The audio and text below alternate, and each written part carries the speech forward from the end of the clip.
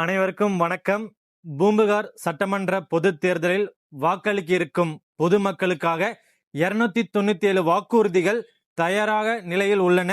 முதல் வாக்குறுதியாக விலைவாசி உயர்வை சமாளிக்கவும் மற்றும் வரி சுமைகளை குறைக்கவும் ஒரு குடும்பத்திற்கு ரூபாய் 10,000 உதவித்தொகையாக வெற்றி பெற்ற பிறகு நிச்சயமாக வழங்கப்படும்.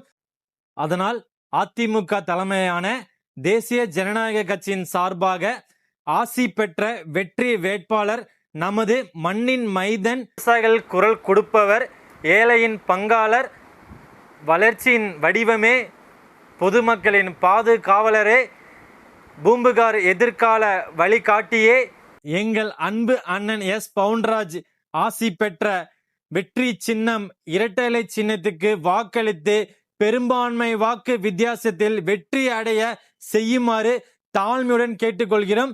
இது போன்ற வீடியோகளுக்கு எங்க சேனலை ஃபாலோ பண்ணுங்க, சப்ஸ்கிரைப் பண்ணுங்க, ஷேர் பண்ணுங்க. நன்றி, வணக்கம்.